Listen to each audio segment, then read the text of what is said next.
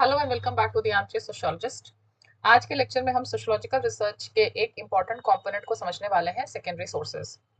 जब sociologist research करते हैं तो डेटा कलेक्ट करने के दो मेजर तरीके हो सकते हैं। एक होता है प्राइमरी डेटा कलेक्शन, जहां पर रिसर्चर खुद सर्वे, इंटरव्यू या ऑब्जर्वेशन करते हैं, और दूसरा होता है सेकेंडरी डेटा, जहां रिसर्चर ऑलरेडी एग्जिस्टिंग डेटा को एनालाइज करते हैं। ये डेटा अलग अलग फॉर्म्स में मिल सकता है, जैसे कि census reports, crime statistics, historical records, personal diaries, media documents और आजकल के समय में digital archives.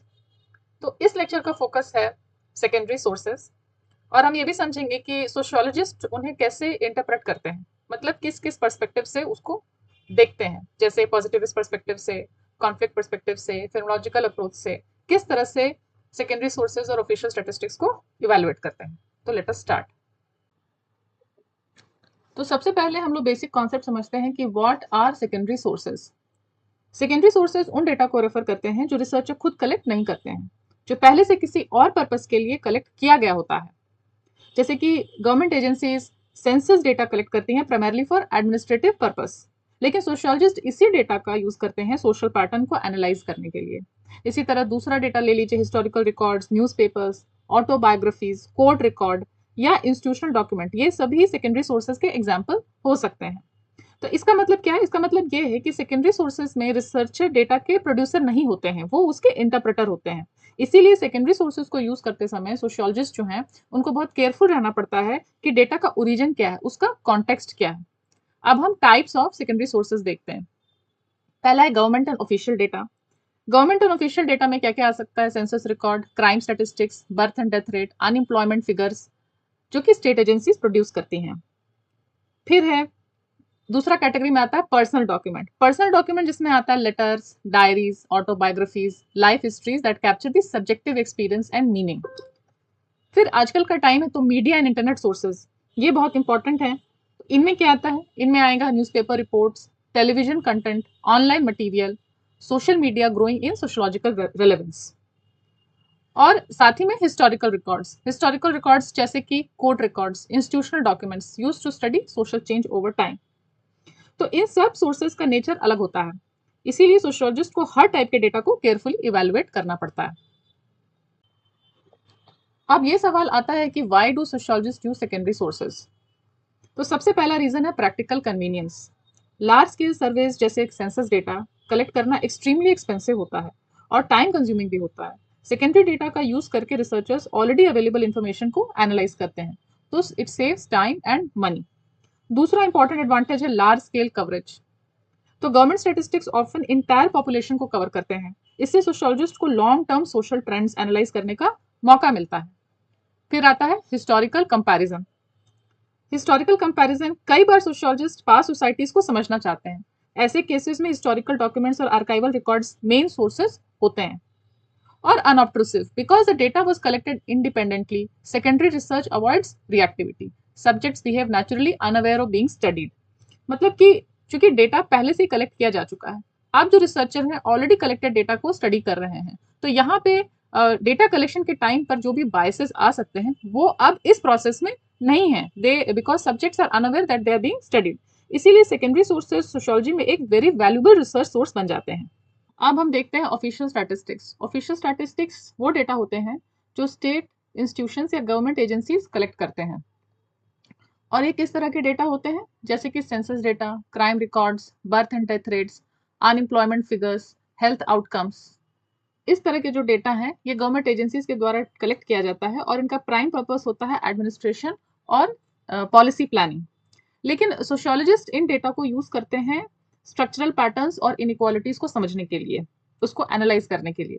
For example, census data से sociologist population structure, migration trends, literacy levels और ऑक्यूपेशनल डिस्ट्रीब्यूशन को एनालाइज कर सकते हैं। लेकिन यहाँ पे एक इंपॉर्टेंट मेथोडोलॉजिकल डिबेट भी शुरू होता है कि क्या ऑफिशियल स्टैटिस्टिक्स जो हैं वो ट्रूली ऑब्जेक्टिव हैं। तो तीन मेजर थ्योरेटिकल पर्सपेक्टिव से उसको अलग अलग तरीके से हम इवेलुएट कर सकते हैं ऑफिशियल स्टैटिस्टिक्स को। जैसे पहला है पॉजिटिविस्ट व्यू। पॉजिटिविस्ट व्यू कैसे देखता है ऑफिशियल स्टैटिस्टिक्स को? It treat statistics as objective, valid social fact suitable for scientific analysis. उसके बाद है conflict view. Conflict view statistics को देखता है as ideological interest of the state and dominant groups. And phenomenological view जो है वो स्टैटिस्टिक्स को समझता है जैसे कि वो सोशली कंस्ट्रक्टेड है। Statistics are socially constructed products of subjective human decision making. तो अब हम इन तीनों को, जो तीनों व्यू हैं ऑफिशियल स्टैटिस्टिक्स को लेकर, उसको एक एक करके अब देखेंगे। तो पॉजिटिविस्ट कैसे देखते हैं ऑफिशियल स्टैटिस्टिक्स को? Positivist sociologist generally official statistics को reliable and objective source of data के रूप में देखते हैं। They treat official statistics as reliable, valid social facts that can reveal causal relationships and social laws, the foundation of a scientific sociology। और उसका जो classic example है वो डर्कहाइम का स्टडी ऑन सुसाइड है। Emile Durkheim's landmark study used official suicide statistics from several European countries to demonstrate that suicide rates varied systematically with social integration and regulation. So by treating statistics as objective data, he established correlations across groups and societies, arguing that even the most individual act has social causes.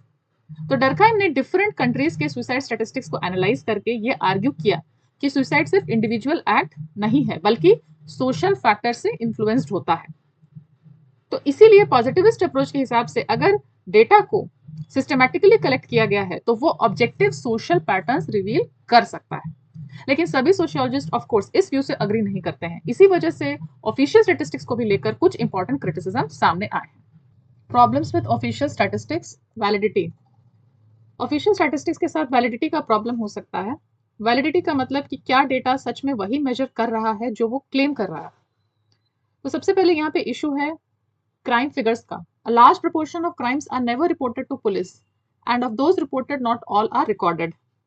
तो इसका result ये होता है कि official crime statistics often actual criminal activity को underestimate कर देते हैं। दूसरा इशू है डेफिनेशनल बाउंड्रीज का।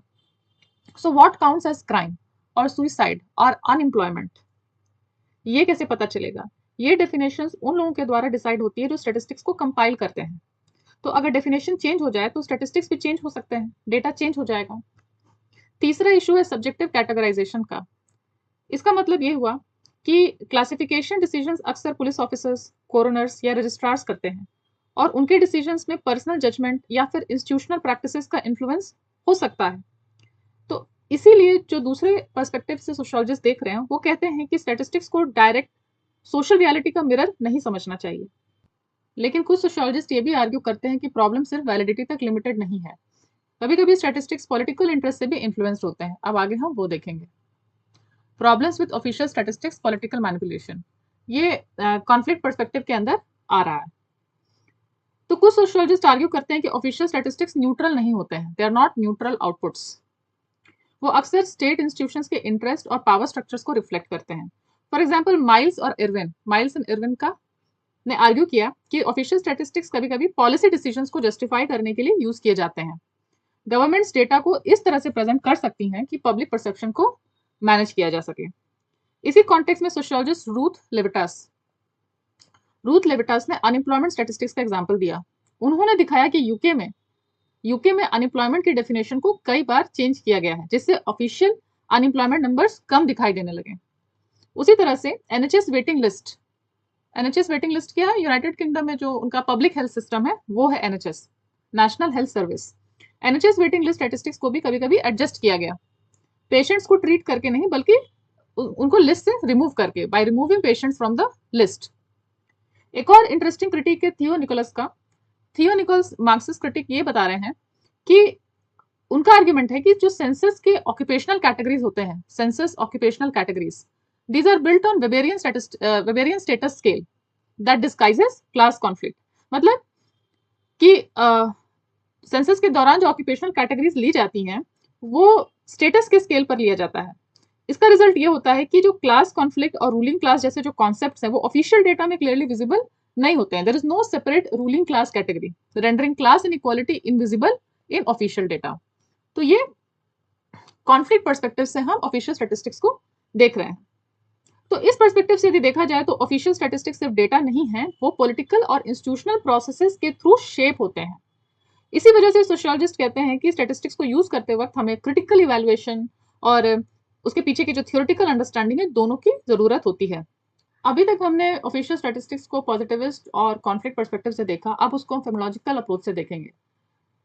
Phrenologists reject the positivist assumption that statistics are objective facts Instead, they argue that statistics are socially constructed, shaped by the meanings, assumptions and decisions of those who produce them.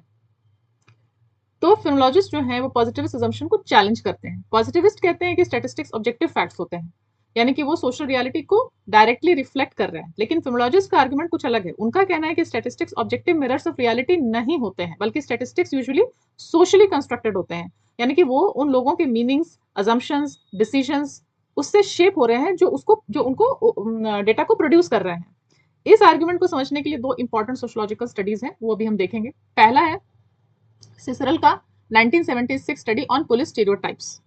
तो police officers use typifications, mental models of the typical delinquent to decide who to stop, arrest and charge. So statistics therefore reflect institutional biases, not the true distribution of offending. इस stereotype के basis पे वो decide कर रहे होते हैं। इसका result क्या होता है? इसका रिजल्ट ये होता है कि ऑफिशियल क्राइम स्टैटिस्टिक्स में young working class males are over represented, not necessarily because they offend more, कि वो ज्यादा क्राइम कर रहे हैं, but because they are policed more intensively, उन पर ज्यादा ध्यान से पुलिसिंग की जा रही है, पुलिसिंग ज्यादा हो रही है। दूसरा एग्जांपल है एटकिंसन का सुसाइड कैटेगराइजेशन का। तो इसमें क्या पता चलता है? इसमें हमें ये पता चलता है कि coroners do not neutrally record causes of death, they apply common sense theories. Atkinson ने आर्ग्यू किया कि कोरोनर्स जब डेथ को क्लासिफाई कर रहे होते हैं तो वो न्यूट्रल रिकॉर्डिंग नहीं होती है, वो अपने कॉमन सेंस असम्पशंस का भी यूज कर रहे होते हैं, जैसे कि डेथ का मेथड क्या था, What was the method used? What was the personal circumstances? Suicide के पहले क्या प्रायर वार्निंग्स थी? इसीलिए दो कोरोनर्स में classify the same death differently. तो एटकिंसन ने ये कंक्लूजन दिया कि सुसाइड स्टैटिस्टिक्स हमें एक्चुअल सुसाइड रेट के बारे में कम और कोरोनर्स के डिसीजन मेकिंग प्रोसेस के बारे में ज्यादा बताते हैं। इसीलिए फेमोलॉजिकल पर्सपेक्टिव का एक इंपॉर्टेंट इंसाइट ये होता है कि स्टैटिस्टिक्स रियलिटी का सिंपल रिफ्लेक्शन नहीं है कि जो सच है उसी को डेटा में ले लिया गया, बल्कि इंस्टीट्यूशनल मीनिंग मेकिंग प्रोसेसेस का प्रोडक्ट होते हैं। तो अभी तक हमने ऑफिशियल स्टैटिस्टिक्स के बारे में काफी सारे स्ट्रॉन्ग क्रिटिक्स देख लिए। हमने उसको क्रिटिकल अप्रोच से देख लिया, फेमोलॉजिकल अप्रोच से देख लिया, उसके अंदर जो वैलिडिटी प्रॉब्लम्स है उसको डिस्कस किया, कैसे उसमें पॉलिटिकल मैनिपुलेशन पॉसिबल है वो भी देखा। और फेमोलॉजिकल पर्सपेक्टिव ने तो ये भी आर्ग्यू किया कि स्टैटिस्टिक्स एक्चुअली सोशली कंस्ट्रक्टेड होते हैं। लेकिन इस सब का मतलब ये नहीं है कि सोशियोलॉजिस्ट ऑफिशियल स्टैटिस्टिक्स को कंप्लीटली रिजेक्ट करते हैं। कुछ सोशियोलॉजिस्ट एक बैलेंस्ड अप्रोच पोजीशंस प्रपोज करते हैं। फॉर एग्जांपल डेविड बर्न, उन्होंने 2006 में ये बताया कि स्टैटिस्टिक्स आर सोशल कंस्ट्रक्ट्स। वो मान रहे हैं कि स्टैटिस्टिक्स सोशल कंस्ट्रक्ट जरूर हैं, लेकिन इससे ये कंक्लूजन नहीं निकलता है कि वो मीनिंगलेस हैं। उनका कहना है कि if sociologist carefully examine how statistics are produced, they can still extract useful insights while remaining alert to the distortion. तो उनका कहना है कि सोशल कंस्ट्रक्ट हैं बट मीनिंगलेस नहीं है। अगर सोशियोलॉजिस्ट केयरफुली एनालाइज करें कि स्टैटिस्टिक्स कैसे प्रोड्यूस हो रहा है तो उनसे भी यूजफुल इंसाइट एक्सट्रैक्ट किया जा सकता है। इसी तरह एलन ब्रिमैन, उन्होंने कहा कि ऑफिशियल स्टैटिस्टिक्स आर रिलेटिवली अनऑब्ट्रूसिव। अनऑब्ट्रूसिव का कॉन्सेप्ट हमने थोड़ी देर पहले भी देखा था। अनऑब्ट्रूसिव का मतलब क्या हुआ? मतलब ये हुआ कि जब डेटा कलेक्ट होता है तो लोग अपने बिहेवियर को चेंज नहीं करते हैं। मतलब जब प्राइमरी कलेक्शन ऑफ डेटा होता है जैसे कि सर्वे या इंटरव्यू के दौरान, तो because of the presence of the interviewer the respondents might change their behaviour, there is always an element of bias present. लेकिन यहाँ पर डेटा ऑलरेडी कलेक्टेड है तो कोई बिहेवियर चेंज करने का, कोई बायस होने का यहाँ पर वो गुंजाइश नहीं रहती है। तो उस हिसाब से it is a very important source of data. तो इसीलिए क्या फाइनल कंक्लूजन कहा जा रहा है कि sound sociological practice requires neither blind acceptance not total rejection of secondary sources of data, that is the official statistics. तो सोशियोलॉजिस्ट का काम है कि डेटा के प्रोडक्शन प्रोसेस को क्रिटिकली एग्जामिन करना, उसके लिमिटेशंस को समझना और उससे जो और उन लिमिटेशंस के साथ उसको ब्रॉडर रिसर्च में यूज करना, ना कि उसको कंप्लीटली रिजेक्ट कर देना। इसके बाद हम देखेंगे कि ऑफिशियल स्टैटिस्टिक्स को लेकर, खासकर जो क्राइम वाले जो डेटा है उसको लेकर जो लिमिटेशंस हैं उनको हम एड्रेस कर सकते हैं by use of victimisation and self report studies. Victimization and self-report studies. These were developed specifically to address the limitations of official crime statistics. Victimization and self-report studies ask respondents directly about their experience of crime, either as victims or as perpetrators. तो हमने देखा कि official statistics जो है उनके कुछ limitations हैं, validity problems हैं, पॉलिटिकल इन्फ्लुएंस हो सकता है, इंस्टीट्यूशनल बायस हो सकता है, और खासकर क्राइम स्टैटिस्टिक्स में डेटा जो है वो सही से निकल कर नहीं आता है कई बार। तो इसी लिमिटेशन को एड्रेस करने के लिए सोशियोलॉजिस्ट ने दूसरे ऑल्टरनेटिव अप्रोचेस डेवलप किए। तो एक है विक्टिमाइजेशन स्टडीज और दूसरा है सेल्फ रिपोर्ट स्टडीज। जो विक्टिमाइजेशन स्टडीज है उसमें रिसर्चर्स डायरेक्टली लोगों से पूछते हैं कि क्या वो कभी किसी क्राइम के विक्टिम रहे हैं, और जो सेल्फ रिपोर्ट स्टडीज है उसमें पूछा जाता है कि क्या उन्होंने कभी कोई ऑफेंस कमिट किया है। तो इन स्टडीज का अपना स्ट्रेंथ ये होता है कि ये उन अनरिपोर्टेड और अनरिकॉर्डेड क्राइम्स को कैप्चर कर सकते हैं, and also they provide a broader and more inclusive estimate of criminal behaviour in society. जो अंडर रिपोर्टिंग है और जो अनरिकॉर्डेड होते हैं वो डेटा भी निकल कर सामने आ सकते हैं। लेकिन ऑफिशियल स्टैटिस्टिक्स की तरह ही यहाँ भी कुछ लिमिटेशंस हैं, जैसा कि हमें स्टीफन बॉक्स ने वार्न किया कि कई बार रिस्पॉन्डेंट्स में misrepresent their behavior. They might exaggerate victimization or they might even conceal the offending crime due to fear of shame or consequences. उसी तरह से वेस्ट एंड फैरिंगटन उन्होंने बताया कि किस तरह से क्वेश्चंस पूछा जाता है, the wording of the question has a decisive effect on findings. तो इन स्टडीज से हमें यह समझ में आता है कि these studies measure what people say they did, not necessarily what actually occurred. तो यहाँ भी validity remains a persistent challenge. तो अभी तक हमने जो स्टार्टिंग में हमने जो देखा था टाइप्स ऑफ सेकेंडरी सोर्सेज, उसमें जो पहला गवर्नमेंट एंड ऑफिशियल डेटा है उसमें हमने काफी डिटेल्स ऑफिशियल स्टैटिस्टिक्स को देखा, उसको सभी पर्सपेक्टिव से समझा, उसके लिमिटेशन समझे, एक बैलेंस कंक्लूजन देखा, और उसको कैसे क्राइम स्टैटिस्टिक्स को खासकर कैसे एड्रेस कर सकते हैं by victimisation and self report studies, इसको भी देख लिया। अब हम दूसरे टाइप्स ऑफ सेकेंडरी सोर्सेज पे जाएंगे वन बाय वन। तो अभी तक हमने ऑफिशियल स्टैटिस्टिक्स को देखा था। ऑफिशियल स्टैटिस्टिक्स का फोकस लार्जली कंटेम्प्रेरी सोसाइटी पर होता है, यानी कि प्रेजेंट डे सोशल बिहेवियर को समझने पर। लेकिन सोशियोलॉजिस्ट को सिर्फ प्रेजेंट नहीं बल्कि social change over time, sociologist want to study social change over time, उसको भी समझना होता है। और जब हम पास्ट सोसाइटीज की बात करें तो वहां पर प्राइमरी डेटा कलेक्ट करना पॉसिबल नहीं है, so researchers must work with whatever records have survived. अब जैसे हम कुछ एग्जांपल देखेंगे, पीटर लैसलेट ने पैरिश रिकॉर्ड्स यूज किया। He used birth, marriage and death registers to reconstruct pre industrial family structure, challenging myths about the extended family in early modern England. इसी तरह Michael Anderson ने सेंसस डेटा को qualitative sources के साथ combine किया to study family life during industrialisation, showing how economic pressures reshaped household composition. लेकिन historical documents सिर्फ demographic analysis यानी कि सेंसस या फिर बर्थ, मैरिज, डेथ बस यहीं तक लिमिटेड नहीं है। मैक्स वेबर ने हिस्टोरिकल रिलीजियस टेक्स्ट का एनालिसिस अपने famous study the Protestant ethic and spirit of capitalism में किया। एंड माइकल फुको ने इस इंस्टीट्यूशनल आर्काइव्स का स्टडी करके एनालाइज किया कि टाइम के साथ कैसे नॉलेज, पावर एंड डिस्कोर्स सभी इवॉल्व करते हैं अक्रॉस सेंचुरीज। लेकिन जैसे सभी मेथड्स हैं, यहाँ पर भी कुछ लिमिटेशंस हैं। सबसे पहला लिमिटेशन है सर्वाइवरशिप बायस का, यानी कि जो डॉक्यूमेंट सर्वाइव कर गए हैं वही हमारे पास अवेलेबल होते हैं। सो कई रिकॉर्ड्स इनकम्प्लीट होते हैं, और रिप्रेजेंटेटिवनेस का इशू बहुत बड़ा इशू है। मतलब हिस्टोरिकल सोर्सेज में reflect the concerns of the literate and powerful, not ordinary people. इसी वजह से सोशियोलॉजिस्ट को हिस्टोरिकल डॉक्यूमेंट्स को यूज करते वक्त careful interpretation and critical evaluation की जरूरत होती है। तो हमने हिस्टोरिकल रिकॉर्ड्स देख लिया, हिस्टोरिकल सोर्सेज देख लिया। अब हम लाइफ डॉक्यूमेंट्स यानी कि जो पर्सनल रिकॉर्ड्स हैं उसको देखेंगे। तो अभी तक हमने देखा कि कैसे सोशियोलॉजिस्ट और कंटेम्प्रेरी सोसाइटी है उसको ऑफिशियल स्टैटिस्टिक्स, और जो पास्ट सोसाइटीज है उसको हिस्टोरिकल रिकॉर्ड्स, इन दोनों के जरिए समझते हैं। लेकिन कभी कभी सोशियोलॉजिस्ट को इंडिविजुअल लेवल पे भी एक्सपीरियंसेस और उनके सब्जेक्टिव मीनिंग्स को समझने की जरूरत होती है। इसी कॉन्टेक्स्ट में एक इंपॉर्टेंट कैटेगरी आती है life documents. So what our life documents? Sociologist Ken Plummer defines life documents as personal records of individual experiences, materials produced by individuals to express, communicate, or commemorate their lives. They range from intimate private writings to public-facing text. तो इसमें बहुत सारे examples हो सकते हैं, जैसे कि diaries and personal letters, autobiographies and memoirs, even suicide notes and graffiti, emails and social media post.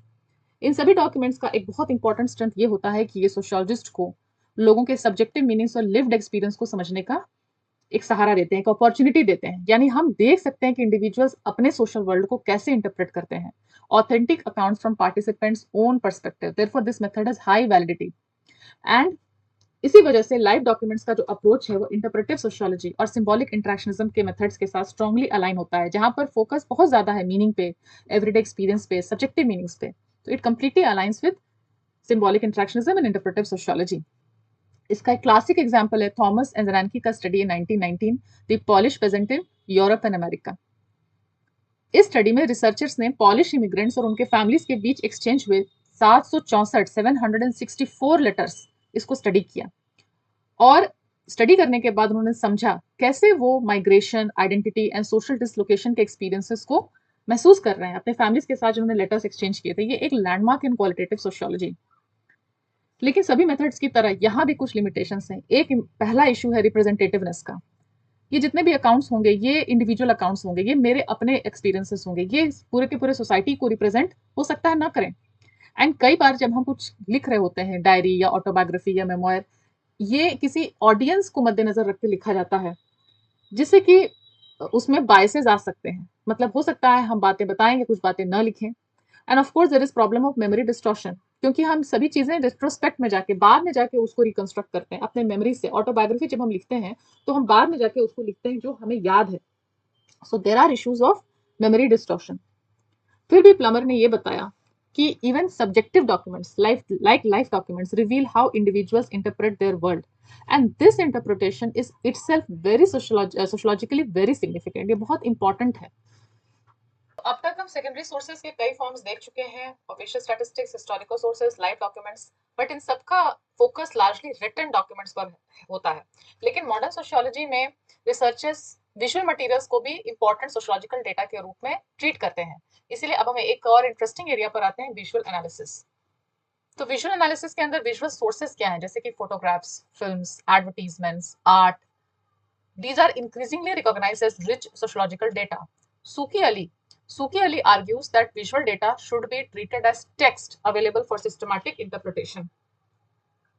तो विजुअल मटेरियल्स को एनालाइज करने के लिए सोशियोलॉजिस्ट डिफरेंट मेथड्स यूज करते हैं। उसमें पहला मेथड है कंटेंट एनालिसिस।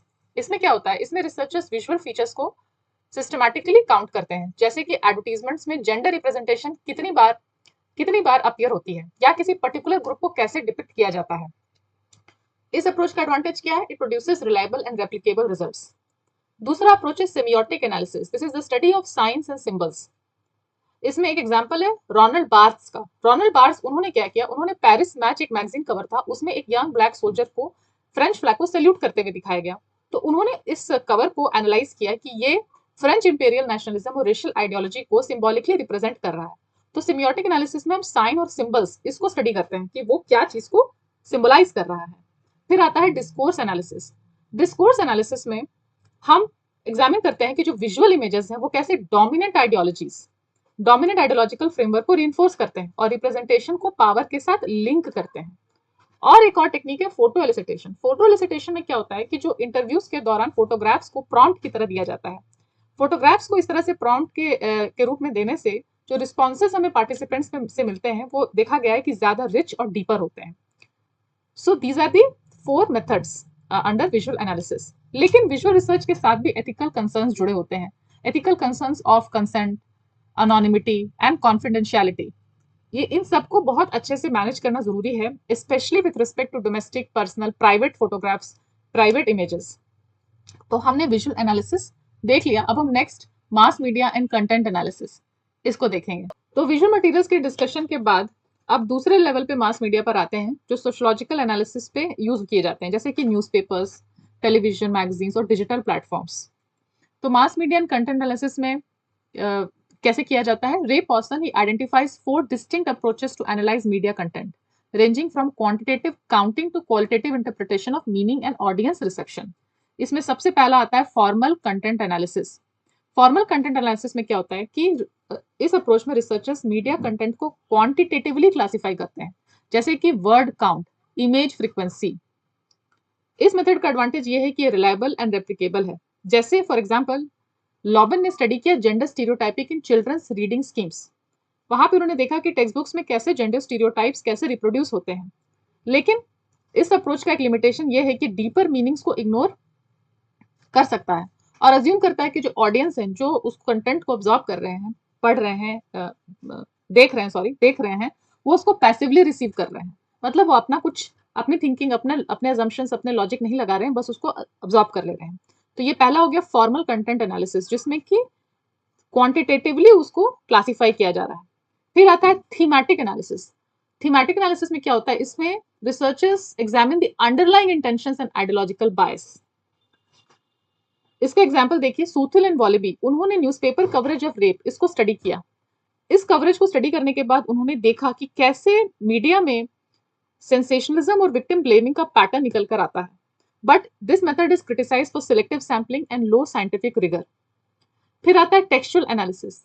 टेक्सचुअल एनालिसिस में लिंग्विस्टिक फ्रेमिंग, कैसे वर्ड्स को फ्रेम किया जा रहा है उसको पढ़ा जाता है। अब इसका एग्जांपल देखिए, Glasgow media group. Glasgow media group 1976, यहाँ पे इंडस्ट्रियल कॉन्फ्लिक्ट का जो मीडिया कवरेज है इसको एनालाइज किया गया और देखा गया कि कैसे जो स्ट्राइक कर रहे होते हैं उनके साथ क्लेम और डिमांड जैसे वर्ड को जोड़ा जाता है, और दूसरे साइड में जो मैनेजर्स हैं उनके साथ में ऑफर्ड एंड प्रपोज्ड ये वर्ड को जोड़ा जाता है। तो एक साइड में स्ट्राइक करने वाले और एक साइड में मैनेजर, स्ट्राइकर्स के साथ वर्ड्स कौन से, क्लेम, डिमांड, और मैनेजर्स के साथ में सूदिंग टाइप के वर्ड्स हैं, ऑफर्ड, प्रपोज्ड। तो इससे किस तरह का इमेज नजर आता है पेपर में, इससे एक ideologically loaded picture of industrial conflict एक कंस्ट्रक्ट होता है। फिर आता है ऑडियंस एनालिसिस, ये फोर्थ अप्रोच है। ये क्या है, इसमें डेविड मॉर्ले इन्होंने डेमोन्स्ट्रेट किया कि जो डिफरेंट सोशल ग्रुप्स हैं वो सेम मीडिया कंटेंट को अलग अलग तरीके से इंटरप्रेट कर सकते हैं, मतलब कि कोई फिक्स्ड मीनिंग नहीं है। जो मीडिया का जो मैसेज है वो अलग अलग ग्रुप अलग अलग तरीके से कंज्यूम करते हैं। तो ओवरऑल जो मीडिया एनालिसिस है ये सोशियोलॉजिस्ट को हेल्प करती है, समझने में हेल्प करती है कि मीडिया रिप्रेजेंटेशंस कैसे सोशल मीनिंग और आइडियोलॉजीज को शेप करते हैं। अब इसके बाद हम देखेंगे internet as a research source. Mass media के डिस्कशन के बाद अब हम एक और कंटेम्प्रेरी सोर्स पर आते हैं, that is the internet as a research source. So internet presents both extraordinary opportunities and serious methodological challenges for sociological research. John Scott, he argues that the same evaluative criteria apply to other secondary sources. कौन से criteria? Authenticity, credibility, representativeness and meaning. कि जो चारों हैं ये हम next slide में देख लेंगे, तब तक के लिए इसको देखिए। Must be applied equally rigorously to online material. इस कॉन्टेक्स्ट में कुछ इंपॉर्टेंट इंसाइट्स हैं, इसको हम लोग एक एक करके देखते हैं। सबसे पहला स्टुअर्ट स्टीन। स्टुअर्ट स्टीन उन्होंने हाईलाइट किया कि इंटरनेट कंटेंट में ऑफन पीयर रिव्यू और एडिटोरियल कंट्रोल ये सब नहीं रहता है। तो इससे परेशानी क्या है, इससे सबसे बड़ा प्रॉब्लम है मिस इन्फॉर्मेशन का। Miss information spreads without correction.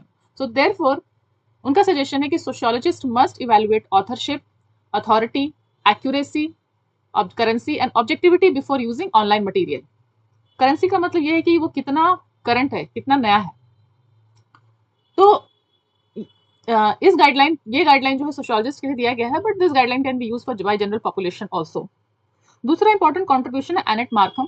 Annette Markham ने 3 डायमेंशन में इंटरनेट को डिस्टिंग्विश किया है। पहला as a tool for conducting research. दूसरा an object of study in its own right, मतलब इंटरनेट को खुद ही पढ़ा जाए। तीसरा अ social phenomenon shaping human interaction, a social phenomenon. ये सोशल फेनोमेनन कहा है क्यों? क्योंकि internet is multimodal, chrono malleable and facilitates anonymity. अभी तीनों वर्ड क्या है? मल्टीमोडल का मतलब ये हुआ कि इंटरनेट पे हम जब इंटरेक्ट करते हैं तो हम कई तरह के माध्यम यूज करते हैं, जैसे we can use text messages, we can use videos, we also use emojis. तो इट इज मल्टीमोडल। क्रोनो-मैल्येबल में क्रोनो का मतलब क्रोनोलॉजी है, मतलब टाइम, और मैल्येबल का मतलब कि वो कितना चेंज हो सकता है। अब जैसे आपने आज कोई मैसेज डाला, कोई पोस्ट डाला, फिर आप उसको एडिट कर सकते हैं, उसको डिलीट भी कर सकते हैं। डिलीट करने के बाद पुराने पोस्ट को फिर नए रूप में डाल सकते हैं। तो जो क्रोनोलॉजी होती है उसकी वो बार बार बदल सकती है, एंड साथ ही साथ एनोनिमिटी भी है। तो इसीलिए जब रिसर्चर इसको यूज करें एज अ टूल या फिर to study it as an object of study, तो it raises distinctive ethical concerns of understanding those signs and symbols, those emojis, concerns of understanding कि ये पोस्ट जो है ये कितनी बार एडिट हुआ है, क्या एडिटिंग्स की गई, क्यों की गई हैं, या फिर अनोनिमिटी के कंसर्न्स हैं, प्राइवेसी के कंसर्न्स हैं। तो इस इन लिमिटेशंस के साथ उसको अप्रोच करना चाहिए।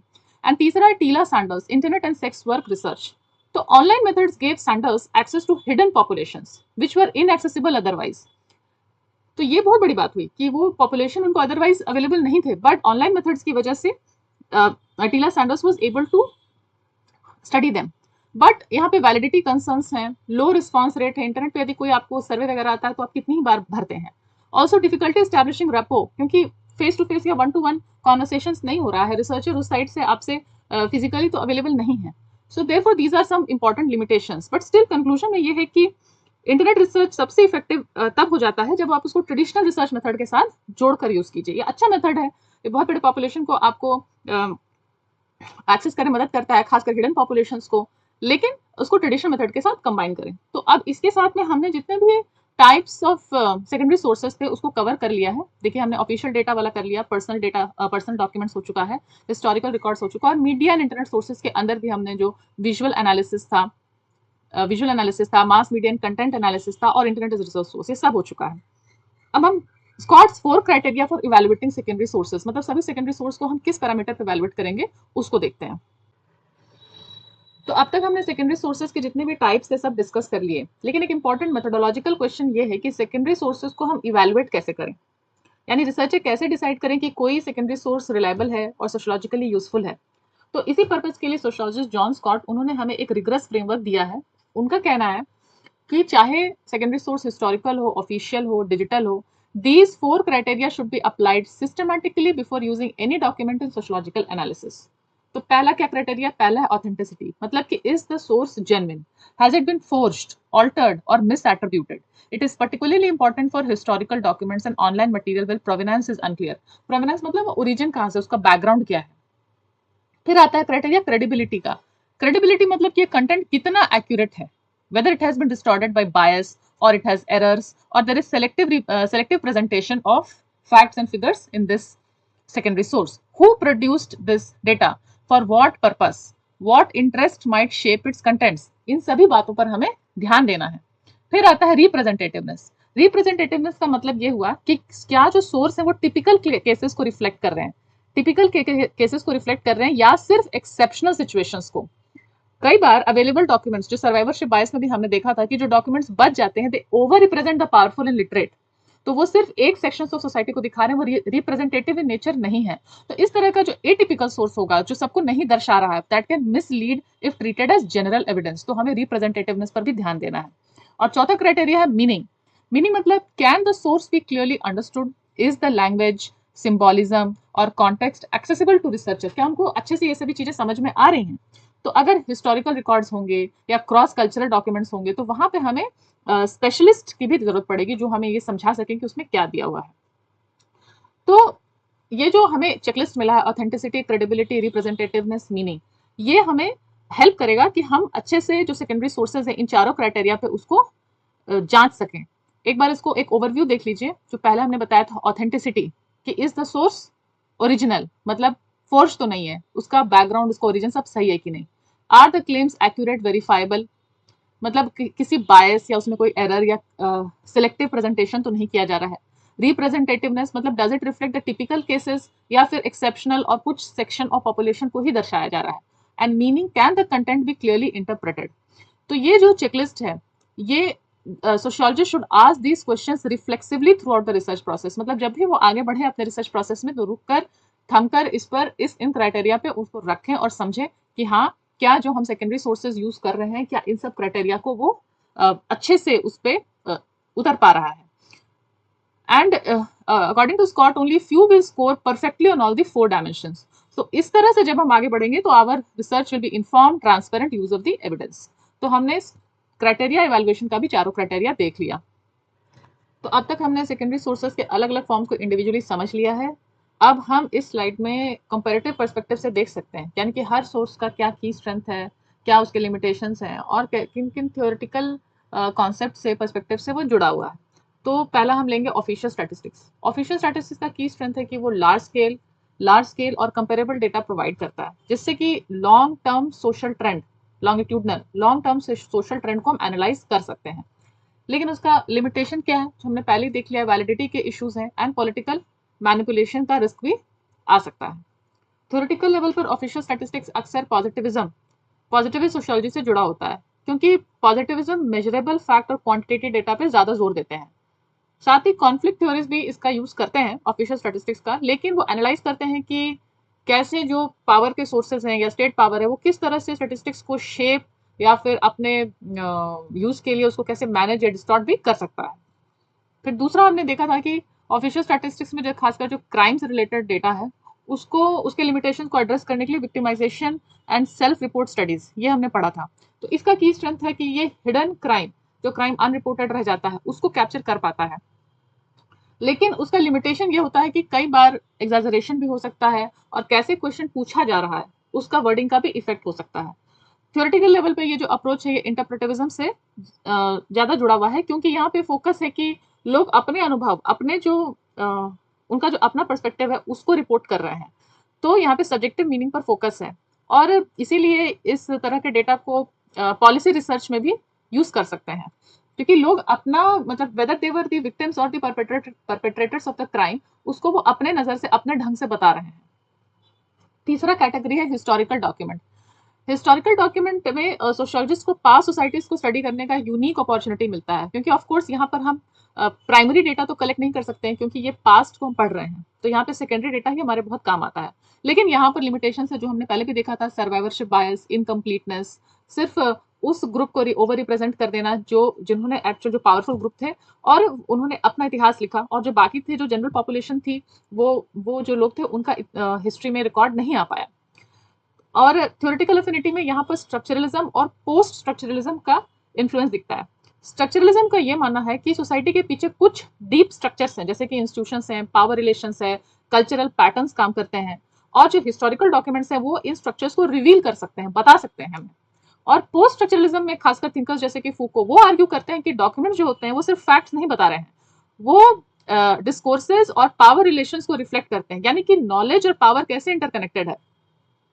नॉलेज में भी पावर का रोल आता है, मतलब जो पावरफुल सेक्शंस ऑफ सोसाइटी होंगे उनके लिए जो नॉलेज का सोर्स रहेगा वो उसको आगे बढ़ाएंगे। अब जैसे अभी आप देखिए टेक्नोलॉजी कितना as a powerful source of knowledge exist कर रही है। आर्टिफिशियल इंटेलिजेंस काफी डोमिनेट कर रही है अभी हमारे नॉलेज के जो डिस्कोर्स है, जो हम नॉलेज के बारे में सोच रहे हैं, समझ रहे हैं, उसको वो बहुत ज्यादा डोमिनेट कर रही है। सभी लोग उसको पढ़ना चाह रहे हैं, उस लेंस से सब कुछ को देखना चाह रहे हैं।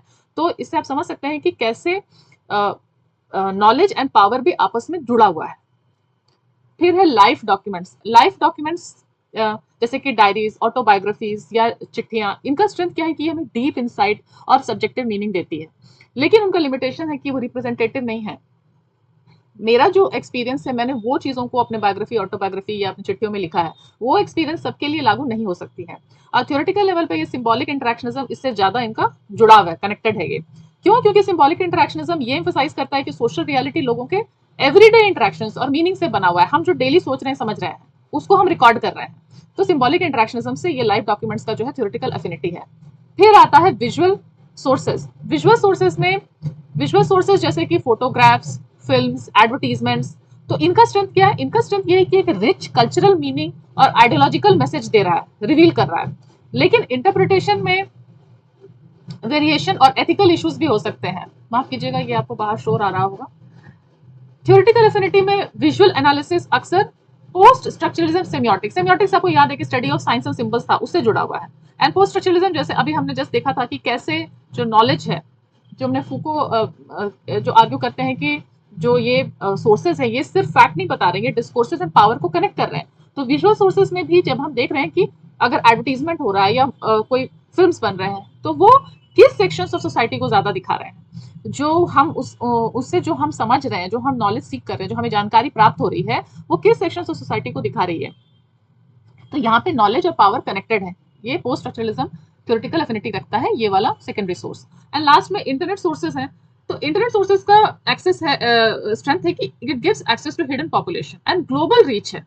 मतलब हम कहीं भी किसी से भी जुड़ सकते हैं, लेकिन इसका की लिमिटेशन है no peer review, misinformation, validity concerns, ये बहुत बड़े लिमिटेशंस है। एंड थ्योरेटिकल एफिनिटी है mixed method approaches and digital sociology. Digital sociology क्या है? डिजिटल सोशियोलॉजी ये एनालाइज करता है कि डिजिटल टेक्नोलॉजीज और online interaction social relationship, identities, power structures, इनको कैसे ट्रांसफॉर्म कर रहे हैं। आपने कई बार देखा होगा कि सामान्य जिंदगी में हम जो बातचीत करते हैं और जो हम कहते हैं, और जैसे जिस तरह से हम अपने भावनाओं को प्रेजेंट करते हैं, और वही जब इंटरनेट पे किसी को कुछ कहना होता है, उसमें कितना अंतर आ जाता है। जब हम अनोनिमिटी के पीछे रहते हैं तो फिर हम कुछ भी कह पाते हैं। कई बार इसमें बहुत अच्छाई भी है, कई बार वो बातें जो हम नहीं बता पाते हैं वो हम इंटरनेट के माध्यम पे अपनी बात को रख पाते हैं और हमें अच्छा लगता है, लेकिन कई बार इसका नेगेटिव भी है। तो जो व्यक्ति अपनी बात कह रहा है और जो प्रेजेंट कर रहा है और उसपे जो कमेंट्स आ रहे हैं, कितना उसमें पावर स्ट्रक्चर भी प्ले कर रहा होता है, ये आपने जरूर अनुभव किया होगा। तो इस तरह से आप ये सेकेंडरी सोर्सेज के सारा कंपैरिजन, की स्ट्रेंथ, लिमिटेशन से थ्योरेटिकल एफिनिटी हमने कवर कर लिया। अब आप पूरे टॉपिक को समराइज करें तो कुछ इंपॉर्टेंट पॉइंट्स निकल कर आते हैं कि secondary sources are diverse and powerful. मतलब गवर्नमेंट स्टैटिस्टिक्स से लेकर पर्सनल डायरीज तक रिसर्चर्स को different scale, time period, population, सभी तरह का डेटा का एक्सेस दे सकते हैं, जो कि प्राइमरी रिसर्च से कभी कभी पॉसिबल नहीं होता है। लेकिन सेकंड की इनसाइट क्या है? सेकंड की इनसाइट है कि all sources carry bias, the task is to manage it. मतलब कि हर सोर्स में कुछ ना कुछ तरह का बायस संभव है। कभी पॉलिटिकल मैनिपुलेशन का रिस्क हो सकता है, कभी हिस्टोरिकल रिकॉर्ड्स जो हैं वो पुराने इनकम्प्लीट हो सकते हैं, और कभी कभी मीडिया रिप्रेजेंटेशन स्टीरियोटाइप्स को भी रिप्रोड्यूस करते हैं। इसीलिए रिसर्चर्स का टास्क ये नहीं है कि बायस बायस को पूरी तरह से एलिमिनेट करने में लग जाएं, बल्कि उसको रिकॉग्नाइज करें और मैनेज करें। तीसरा इंपॉर्टेंट पॉइंट ये है कि official statistics demand critical scrutiny. जो भी ऑफिशियल स्टैटिस्टिक्स है उसको हमको ब्लाइंडली एक्सेप्ट नहीं करना है, लेकिन उनको कंप्लीटली रिजेक्ट भी नहीं कर देना है। इसमें जो सोशियोलॉजिस्ट हैं, ब्रेंड the balance position of Bern and Bryman is the most defensible, use statistics critically not uncritically. मतलब उसको रिजेक्ट नहीं करना है, उसको उसके खामियों के साथ में उसको लेकर चलना है। And last, apply Scott's 4 criteria every time. मतलब कि जो भी हम सेकेंडरी सोर्स से इंफॉर्मेशन डेटा लेंगे उसको authenticity, credibility, representativeness and meaning इस रोबस्ट इवैल्यूएटिव फ्रेमवर्क के थ्रू हम लेकर जाएंगे कि whether the secondary source historical, official, visual, digital कोई भी हो, वो इस फ्रेमवर्क पे कितना खरा उतर पा रहा है। तो इसीलिए सोशियोलॉजी में गुड रिसर्च का मतलब सिर्फ डेटा कलेक्ट करना नहीं है, बल्कि एविडेंस को क्रिटिकली इंटरप्रेट करना है। तो ये है इसका फाइनल की टेक अवे। और नेक्स्ट लेक्चर में हम कंबाइनिंग मेथड्स एंड ट्रायंगुलेशन ये देखेंगे